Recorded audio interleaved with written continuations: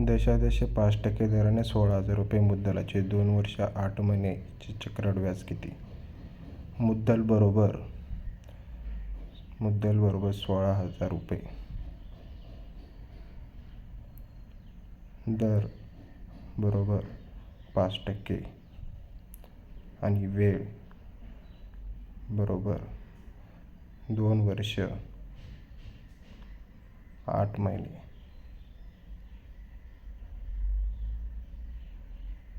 आणि चक्रवाढ व्याज किती? तर हा क्वेश्चन आपण ट्री मेथडने सॉल्व करणार आहोत. त्यासाठी 16,000 रुपये मुद्दल बरोबर 1 पहिला वर्ष, दुसरा वर्ष आणि तिसरा वर्ष. आपण व्याजाचा दर 5% असल्याने आता आपण 16,000 रुपयाचे 5% दर काढणार आहोत. 16,000चे 5% बरोबर 5 × 5 आणि 5ने 100ला भाग दिला 20, तर असे 800 रुपये पहिल्या वर्षाचे साधारण व्याज मिळते. तसेच दुसऱ्या वर्षाचे 800 आणि तिसऱ्या वर्षाचे पण 800 रुपये. आणि ह्या 800चे 5% काढणार आहोत आपण. 5% म्हणजे 40 रुपये.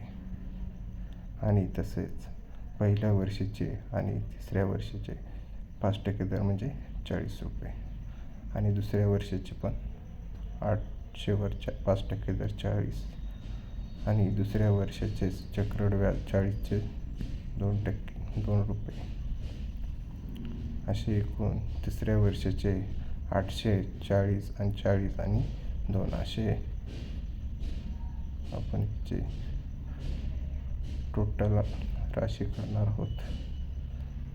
टोटल आले 882 रुपये.